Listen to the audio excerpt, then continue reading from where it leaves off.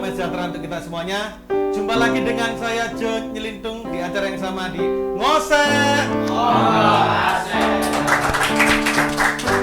Pagi ini saya berkunjung di Universitas Wijaya Putra Surabaya, universitas yang ada di wilayah Surabaya.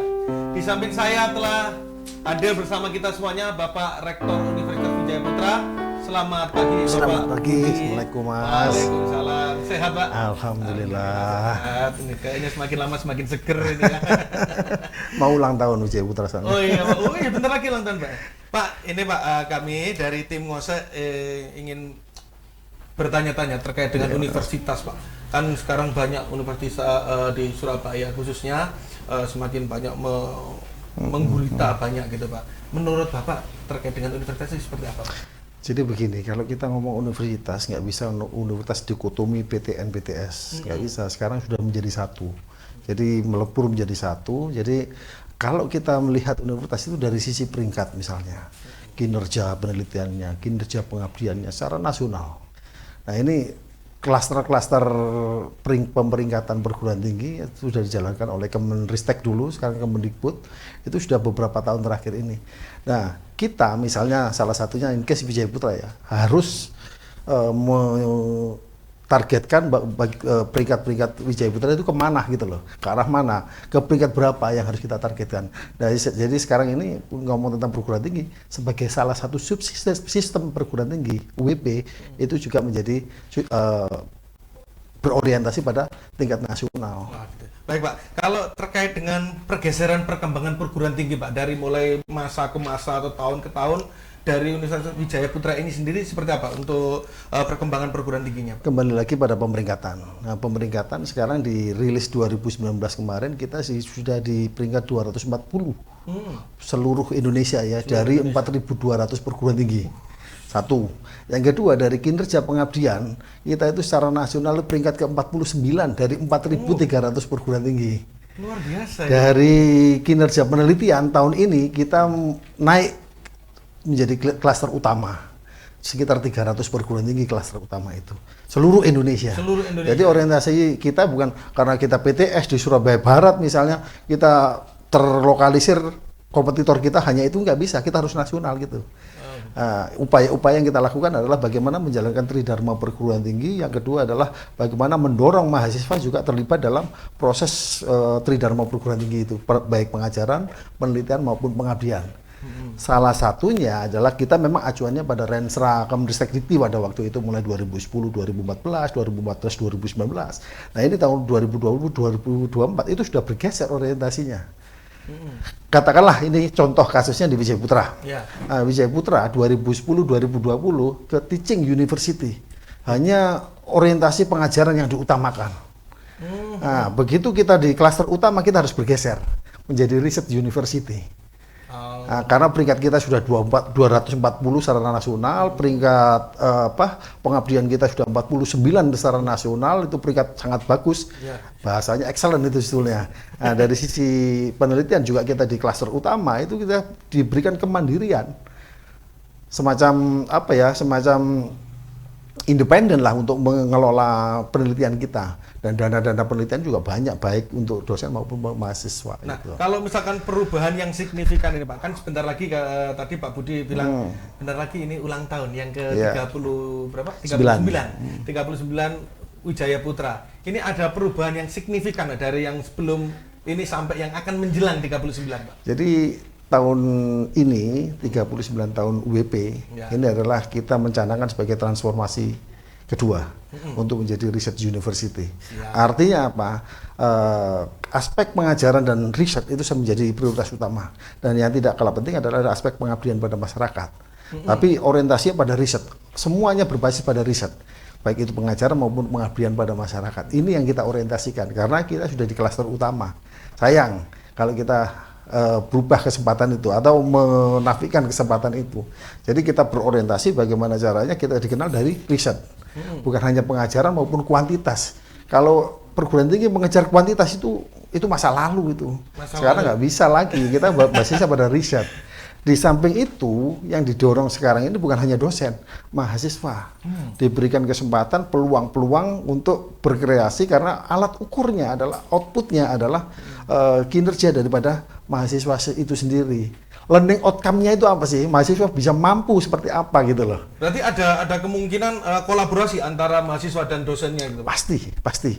Dan ada beberapa kesempatan ya. Sekarang ini yang lagi kita dorong dan kita sudah berhasil, yakni program mahasiswa magang bersertifikat. Itu kerjasama antara Forum Human Capital Indonesia, BUMN dan Kemendikbud serta 300 perguruan tinggi seluruh Indonesia. 300. Salah satunya Wijaya Putra. Jadi mahasiswa itu diberikan kesempatan melalui proses ya, kita seleksi dulu, baik itu dari sisi akademik maupun psikotes, begitu kita kirimkan ke FHCI, Forum Human Capital Indonesia, mereka akan mendistribusikan di beberapa BUMN. Kemarin saya juga launching dengan Kementerian BUMN dan Kemendikbud, itu 300 perguruan tinggi termasuk dari 4.300 loh ya, dari seluruh Indonesia termasuk Wijaya Putra. Dan tahun ini kita mengirimkan sekitar 28 sampai 30 mahasiswa itu magang selama 6 bulan. Sudah itu Pak? Sudah. Ini sudah batch ketiga, artinya sudah tahun kedua. Tahun kedua. Setiap magang itu 6 bulan sekali. 6 bulan. Satu semester. Nah, mereka setelah magang, pada saat magang mereka selama 6 bulan di beberapa BUMN, termasuk KHI, PT Pos Indonesia, sekarang juga ada yang di KHI di Bandung, ada yang di Bali dan segala macam, ada di Inka, Madiun, dari seluruh Indonesia lah, ada yang di Petrokimia. Selama 6 bulan ini dikonversikan menjadi SKS yang ditempuh oleh mereka. Oh, berarti jadi, memang tugasnya di luar Pak, bukan di sini. Betul. Nah, harapannya setelah lulus mereka tidak hanya dapat ijazah dan transkrip, nilai akademik saja, tapi mereka memiliki kesempatan untuk magang. Dan di sana pun mereka setidaknya memiliki 2 sertifikat tambahan, sertifikat kompetensi industri dan sertifikat industri dan sertifikat kompetensi sesuai dengan bidangnya. Contoh misalnya hukum ada, mereka ditempatkan di corporate secretary, bagian legalnya. Di sisi manajemen juga ada, dari program studi manajemen juga ada. Yang sekarang di INKA itu 1, yang di KAI itu ada 2. Saya nggak hafal, ada 30 di seluruh BUMN di Indonesia. Ini luar biasa ini ya. Ya ini yang kita dorong, karena alat ukurnya adalah bisa apa sih mahasiswa Wijaya Putra kan gitu toh. Ya, mungkin kan banyak pertanyaan dari masyarakat, iso opo ya gitu bahasa Jawanya. Satu gitu. lagi, apa? Selama magang mereka mendapatkan uang saku dari BUMN, bukan kita.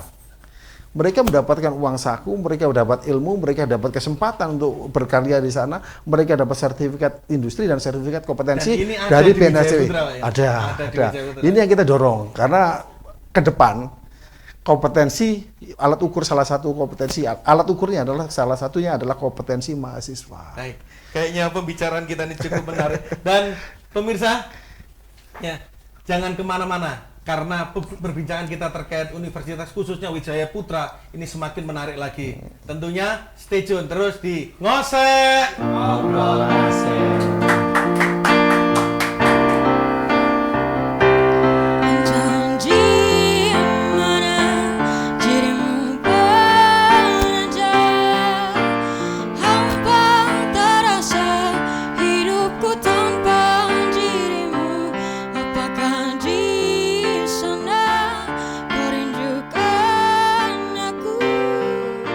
Seperti diriku yang selalu menunjukkan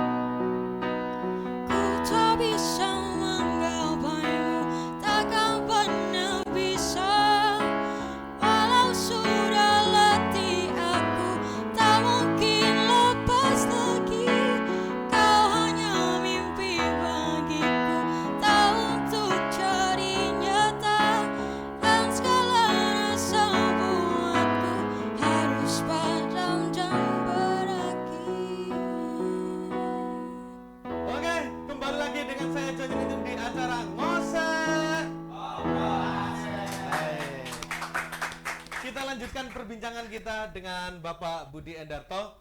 Pak, ini pertanyaan yang membuat saya penasaran lagi, Pak.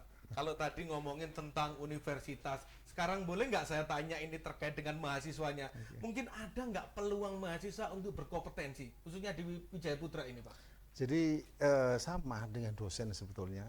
Sekarang persaingan kompetisi katakanlah begitu ya, untuk menguji kompetensinya adalah kompetisi itu juga mahasiswa didorong secara tingkat nasional juga. Jadi nggak bisa kompetisi di dalam tapi secara nasional. Karena itu tadi sebagai subsistem dosen dan mahasiswa perguruan tinggi Indonesia, mereka juga harus berkompetisi secara nasional. Ini yang kita dorong supaya menguji kompetensinya, menggali kompetensinya. Salah satunya misal ini saya lanjutkan aja ya. Kalau dulu mahasiswa itu hanya untuk menyelesaikan studinya, sekarang kita dorong mereka berkompetisi dan mengaktualisasikan karya-karyanya. Nah, salah satunya adalah tahun kemarin kita menyelenggarakan program PKM CSR, jadi program pengabdian sebetulnya itu hasil riset ya, diabdikan baru dipublikasikan bahkan juga dipresentasikan pada konferensi nasional PKM CSR yang diselenggarakan, kebetulan kita jadi host. Berarti tuan rumahnya di sini, Pak? Ya? Betul. Jadi ini adalah program pengabdian masyarakat terbesar di Indonesia. Hostnya itu ada 5. Yang pertama adalah, bukan pertama ya, 5 perguruan tinggi. 5 perguruan tinggi. Pelita Harapan Jakarta, Swiss German University Jakarta, Pradipta Jakarta, terus Universitas Multimedia Nusantara Jakarta, UNS Solo dan Wijaya Putra. Tahun Timur diwakili satu ini. Iya, satu-satunya dari wakil Jawa Timur. Ini adalah program pengabdian masyarakat konferensi nasional terbesar di Indonesia. Tahun depan di di Banjarmasin, di Banjarmasin. Tahun ini, tahun 2020. Betul. Dan itu mahasiswa pun kita dorong untuk mempresentasikan hasil karya mereka. Ternyata, ya, alhamdulillah, salah satu kelompok mahasiswa itu masuk 10 besar presenter terbaik untuk konferensi nasional yang dialokasikan, diperuntukkan untuk dosen mahasiswa itu. Wijaya Putra menjadi salah satu presenter terbaik dari 260 presenter 10 besarnya, salah satunya adalah mahasiswa Wijaya Putra. Karya mahasiswa. Betul. Itu. Padahal pesaingnya juga dosen, profesor. Wow, luar biasa. Sebetulnya bukan yang pertama. Tahun kemarin, tahun 2018, saya juga ngajak salah satu mahasiswa untuk jadi presenter pada PKM CSR keempat ya? Di Lombok. Di Universitas Lombok,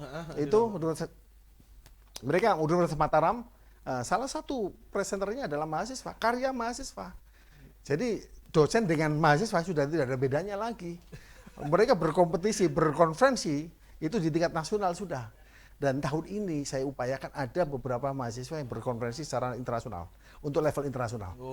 Ini yang kita akan kembangkan. Biasa sekali, ya. Jadi peluangnya banyak sekali dan tidak ada perbedaan antara dosen dan mahasiswa. Didorong, mahasiswa juga punya kewajiban untuk mendorong mahasiswa, memberikan kesempatan pada mahasiswa untuk mengaktualisasikan karya-karyanya. Berarti memang diberikan ruang yang sangat terbuka, ruang bebas, diberikan jalan. Betul. Gitu.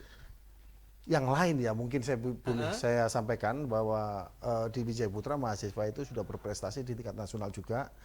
Salah satu contohnya adalah mereka sudah berkompetisi di Pekan Ilmiah Mahasiswa Nasional. Tingkat nasional. Di Halu Oleo tahun 2015 ya, Kendari. Itu ini mungkin. Nah, ini Pimnas. Ini ya. Pimnas ke-28 ini. Ini di Halu Oleo. Ya. Kendari. Nah, terus yang 29 ini di IPB, Institut Pertanian Bogor. Ini karya-karya mahasiswa yang di Pimnas kan. Ya, yang di sini ini mendapatkan medali perak. Untuk presenter terbaik untuk kategori presenter terbaik, presentasi terbaik untuk tingkat mahasiswa secara nasional ya. Terus kita sekarang sudah bergeser bukan hanya di Pimnas, kita upayakan ke kewirausahaan mahasiswa Indonesia. Ini juga di IPB tahun 2018 kemarin. 2018 ya. Nah, ini mewakili beberapa mahasiswa yang memiliki project bisnis itu dikembangkan di KBMI. Nah, ajangnya adalah KMI. Nah, jadi mahasiswa sekarang tidak bisa hanya di dalam saja, tapi juga harus bersaing, dia harus mempresentasikan karya-karyanya. Nah, ini alat ukur untuk mengukur kompetensi mereka. Selain itu, yang di PMMB itu adalah alat ukur untuk mengukur kemampuan mahasiswa di bidang kompetensinya. Karena apa? Mereka setelah lulus, mereka pasti bekerja. Oleh karena itu dicoba untuk magang selama 6 bulan ini. Kalau mereka lulus di sana, mereka akan mendapatkan 2 sertifikat yang saya ceritakan tadi. Ya. Sertifikat industri dan sertifikat kompetensi. Nah, persaingannya ini adalah kalau kita ngomong tentang perguruan tinggi, dosen dan mahasiswa harus berkompetisi untuk mengaktualisasikan atau paling tidak mempresentasikan hasil karya-karya baik melalui riset maupun pengabdian pada masyarakat. Luar biasa nih kayak prestasinya ini. Tadi saya juga gini Pak, sempat penasaran pada waktu masuk di Universitas Wijayaputra ini sebelum masuk ke ruangannya Bapak Budi tadi. Ketika di DUM tadi itu ada besar penghargaan ini. Waduh, ini apa ini? Saya penasaran ini, saya mau tanyakan ini. Kok ini banyak prestasi nih, kayak ini prestasi ada penghargaan sampai dipajang di betul. Itu apa Pak penghargaan jadi itu, Pak? Jadi itu yang saya ceritakan yang mungkin yang awal tadi ya, bahwa setelah 2010, 2014 kita mulainya itu adalah kita berkomitmen untuk membangun lembaga ini secara berkelanjutan. Artinya target-target yang harus dipenuhi adalah bagaimana klaster kita naik, peringkat kita naik. Terus yang kedua adalah klaster pengabdian dan penelitian juga harus naik. Alhamdulillah yang di DUM tadi itu adalah capaian kita di tahun 2019 dan kita akan mulai untuk mengembangkan Research University dari capaian itu. Jadi peringkatnya yang ke 240 secara nasional, peringkat pengabdiannya di peringkat 49 secara nasional, penelitiannya di peringkat 300 secara nasional. Baik, Pak, terima kasih. Ini kayaknya perbincangan kita semakin menjurus lagi nih, semakin panas. Aduh, tapi kita harus jeda sejenak karena tentunya masih banyak yang penasaran ya, masih banyak penasaran terkait dengan Universitas Wijayaputra dan yang lain sebagainya. Tentu ini saya masih punya unek-unek terkait dengan pertanyaan kepada Bapak Rektor kita. Jangan kemana-mana, stay tune terus di sini, tetap di Ngosek.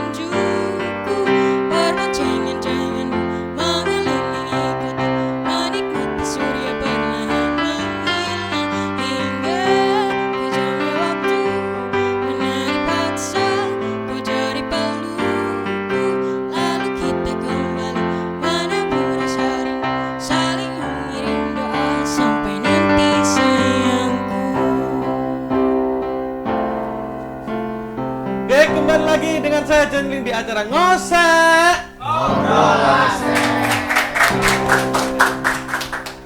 Kali ini perbincangan kita semakin lama semakin menarik ini. Tentunya penasaran juga. Kita lanjutkan tanya-tanya kepada Bapak Budi dulu ya. Pak Budi, saya mau tanya lagi nih. Mohon maaf ini saya tanya-tanya terus ini. Gak apa. Pak, tugasnya host gitu. Ya tugasnya memang bertanya Pak ya. Kalau tadi kan tanya terkait universitas untuk dan lain sebagainya. Tapi sebelum saya bertanya pada Pak Budi, saya penasaran dengan ini nih, dengan pemain playernya ini. Saya sapa dulu Pak ya. Saya sapa dulu. Ini, halo. Hai. Dari mana ini bandnya? Dari band KKM. KKM ya. Waduh, ini masih kok kecil-kecil, masih sekolah? Ya, masih sekolah. Masih sekolah. Kelas berapa? Kelas 9 SMP. Kelas 9 SMP. SMP mana, Mbak? SMP Wijaya Putra. SMP Wijaya Putra. Oh, di Universitas Wijaya Putra ada SMP Wijaya Putra juga ya. Oke, kelas 9. Ya. Bisa diperkenalkan namanya siapa ini? Perkenalkan, nama saya Maria Angel Karomelangi dari SMP dan teman saya Paul Timothy dari SMP juga. SMP itu betul tepuk tangan sama saya ini. Dari SMP ini. Udah berapa lama seperti ini bisa jadi seperti ini? Kami bentuk band itu udah 1 tahun lebih. 1 tahun lebih ya. Udah sering main kemana-mana ini? Sudah. Wes, keren, luar biasa. Oke, sukses selalu ya dari KKM ya. Semoga nanti semakin lama ini potensinya semakin luar biasa ini. Tentunya sangat luar biasa ini dari KKM. Sekali lagi tepuk tangan untuk KKM dong. Baik, saya lanjutkan lagi perbincangan kepada Bapak Budi. Pak Budi, ini tadi ada SMP Wijaya Putra. Tentunya tadi saya janjikan juga ada SMA dan SMK Wijaya Putra. Ya. Nah, kalau masalah ngomong sekolah, dari Universitas Wijaya Putra dan Sekolah Wijaya Putra ini, koneksi dari universitas dan sekolah ini seperti apa, Pak? Jadi ini memang dirancang oleh para senior ya. Kebetulan mungkin bisa yang di belakang saya ini, Mas. Oh, ini ya. Nah. Ya. Ini foto siapa, Pak? Ini Prof. Saleh Sikianto, ini Prof. Saleh, ketua yayasan almarhum ya. Oh, almarhum Prof. Saleh. Beliau merancang pendidikan itu sebenarnya mulai dari dasar, menengah, atas sampai perguruan tinggi. Artinya apa? Pendidikan itu harus berkelanjutan. Okay. Nah, harapan kita adalah bagaimana mimpi beliau, bagaimana caranya pendidikan di daerah Surabaya Barat ini mulai dari SD, SMP, SMA, SMK sampai perguruan tinggi, ada satu perguruan tinggi yang memfasilitasi masyarakat di sini. Yang pertama itu. Yang kedua adalah dari sisi prinsip-prinsip dasar yang dikembangkan itu harus related. Mungkin yang terakhir yang aktual itu adalah bagaimana kita mendorong siswa pun untuk lebih aktif. Belajar itu bukan hanya di dalam kelas, mengikuti kurikulum dan segala macam, tapi mereka juga harus dihadapkan pada permasalahan-permasalahan di masyarakat, permasalahan-permasalahan industri dan segala macam, supaya spirit itu mulai dari SMP, katakanlah adik ini tadi SMP sampai perguruan tinggi itu sama. Jadi spiritnya ke arah sana, semangatnya ke arah sana. Pembelajarannya seperti itu, dan ini pembelajaran berkelanjutan yang kita ciptakan seperti itu. Kalau dulu 2010, tahun 1990 perguruan tinggi ini pindah ke daerah Surabaya Barat, itu masih sepi. Itu yang kita ciptakan. Jadi mulai tingkat dasar sampai perguruan tinggi, ini harapan mimpi dari salah satu mimpi utama dari beliau itu. Sekarang alhamdulillah terwujud, ya. betul.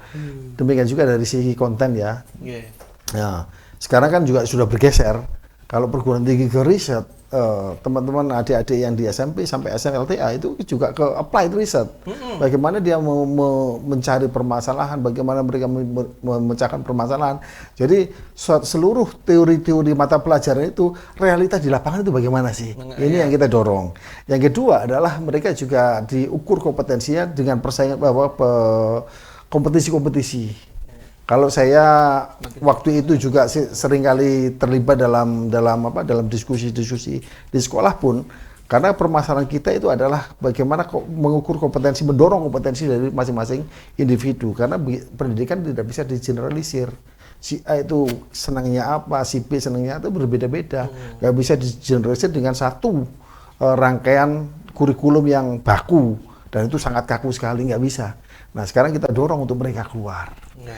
Berarti memang dari Universitas Wijaya Putra sendiri memang seperti wadah untuk sekolah-sekolah yang ada di minimal yang ada di sekitar sini, Pak. Nah, kalau ngomong terkait siswa yang masuk ke sini, Pak, mungkin nggak hanya dari Wijaya Putra, mungkin ada dari sekolah yang lain, tingkat sekolah yang lain terkait dengan kesempatan beasiswa nih. Nah, ini kayaknya ini ditunggu-tunggu ini sebenarnya nih. Terkait dengan beasiswa ini gimana, Pak? Di Wijaya Putra sendiri seperti apa ini? Baik, peluang beasiswa. Saya katakan tadi bahwa tidak ada dikotomi PTN dan PTS itu sama sekarang ini. Jadi beasiswa itu baik dari pemerintah maupun pihak swasta itu banyak. Bahkan dari yayasan juga memberikan beasiswa. Contoh misalnya, bukan contoh, ini sesuatu yang realita ya. Di pemerintah itu ada beberapa beasiswa bidik misi, salah satunya bidik misi. Cuman masalahnya sekarang bidik misi jarang sekali yang menggunakan itu. Padahal itu selama studi, sejauh mereka menunjukkan bahwa mereka tidak mampu karena memang harus disurvei kan, itu mereka mendapatkan. 3 tahun yang lalu kita masih ada mahasiswa bidik misi 3 orang, sekarang nggak ada. Nggak tahu, mungkin sejahtera semua, mungkin sudah sejahtera ini. Padahal itu gratis, dibiayai oleh pemerintah secara penuh. PPA, BBM, bahkan ini 3 tahun terakhir ini kita juga dipercaya oleh salah satu BUMD, yakni Bank Jatim. Mereka memberikan beasiswa kepada mahasiswa, khususnya dari sisi kemampuan akademiknya, itu selama 1 tahun. Beberapa puluh mahasiswa. Jadi kalau 3 tahun yang lalu beasiswa yang diberikan secara global itu sekitar 225 juta. Tahun kemarin itu sudah 35 juta, tahun ini sudah 52 juta hanya untuk mahasiswa. Jadi kalau peluang itu banyak sekali, apalagi mahasiswa yang mungkin di sini ya, seperti ini. Mereka mungkin mengerjakan tugas akhirnya tanpa biaya karena sudah dibiayai dari proyek-proyek semacam ini. Dan setelah mereka mendapatkan kesempatan untuk di sini, mereka juga akan mendapatkan beasiswa minimal 2 semester dari perguruan tinggi. Beasiswa tanpa dipungut biaya kuliah selama 1 tahun. Jadi peluang itu banyak sekali. Menurut saya sekarang termasuk untuk PMMB itu saya sampaikan tadi itu juga salah satu fasilitas yang kita siapkan atau kita dorong untuk mereka juga mendapatkan kesempatan bekerja di BUMN di seluruh Indonesia. Baik Pak, ini kan kalau ini masih bulan-bulan yang mendekati mau tahun ajaran baru, apalagi penerimaan siswa baru, penerimaan mahasiswa baru seperti ini, kira-kira nih Pak, ngomong lagi peluang beasiswa kemudian koneksi ke sekolah ini, sekali lagi Pak, mungkin bisa lebih jelas, lebih detail lagi antara sekolah. Misalnya SLT ada SMK, Wijaya Putra dengan Universitas Wijaya Putra pasti ada korelasinya, masih ada hubungan. Paling tidak hubungan emosional. Dan di situ ada special treatment bagi mereka. Misalnya untuk pengembangan biaya sumbangan masuk gitu. Mereka ada special treatment beda dengan sekolah-sekolah asal-asal sekolah yang lain. Dari sekolah-sekolah yang lain ya. Di samping itu karena hubungan ini menurut saya ada hubungan istimewa, bukan yang lain tidak istimewa, ada diskriminasi bukan. Karena memang jenjang ini kita rancang untuk sekolah berkelanjutan atau pendidikan berkelanjutan. Jadi pasti ada special treatment. Besarannya saya pikir cukup bagus kok. Baik, terima kasih Pak. Kayaknya ini menarik banget dari awal kita ngobrol terkait dengan Universitas Wijaya Putra sampai kepada sekolah dan beasiswa. Di pertanyaan terakhir saya Pak untuk Bapak sini tentang kesimpulan dan saran mungkin kepada mahasiswa khususnya, kepada mahasiswa atau calon mahasiswa yang akan masuk di sini, apa ini Pak? Pesan jadi memang harus siap ya, mereka paradigma lama kuliah hanya untuk mencari ilmu di dalam kampus, saya pikir sulit. Sulit sekali, tidak akan bisa mengikuti perkembangan ini. Jadi mereka juga harus siap tentang kuliah atau studi di perguruan tinggi itu harus lebih fleksibel, lebih kreatif, lebih inovatif. Di situ akan dituangkan dalam suatu karya-karya ilmiah yang harus dibangun oleh mereka untuk dikompetisikan. Nah, kuliah dari model seperti itu lebih bermakna dan akan mendapatkan hasilnya. Contohnya adalah mahasiswa kita yang sudah berhasil, baik melalui proses PMMP dan segala macam, termasuk berorganisasi. Nah, sebagian besar mahasiswa kita yang berkompetisi itu sangat mudah sekali. untuk mencari pekerjaan. Bahkan ya sekarang ini kita sudah mulai mendorong untuk mereka berwirausaha. Salah satunya melalui program KBMI. Meskipun begitu secara internal atau institusi IJ Putra pun memfasilitasi mereka, mendorong mereka untuk berkreasi. Nah, karena basicnya semua bermuara pada riset, itu tidak ada kata lain. Siap. Terima kasih Pak, ini kayaknya luar biasa. Berarti pemirsa, pesan dari Pak Rektor untuk mahasiswa ataupun calon mahasiswa nantinya adalah mahasiswa nggak hanya kuliah, tapi ada penelitian, ada riset, pengembangan dan lain sebagainya agar kehidupannya menjadi lebih baik lagi. Ini sangat luar biasa perbincangan kita pada pagi hari ini, tentunya di Universitas Wijaya Putra dengan Bapak Budi Endarto. Tentunya acara ini mudah-mudahan bisa bermanfaat kepada semuanya, kepada mahasiswa ataupun calon mahasiswa yang selanjutnya, sehingga bisa menjadi acuan atau panduan untuk semuanya yang ada di sini. Terima kasih telah menyaksikan acara Nguase ini. Tentunya kita akan mengulas lebih banyak lagi program-program yang akan ke depannya. Lebih penasaran lagi seperti apa? Jangan kemana-mana dulu. Kita nanti akan kembali lagi di lain kesempatan, tentunya dengan saya Jo Nyelindung dalam acara yang sama di Ngose. Selamat pagi, assalamualaikum. Terima kasih Pak.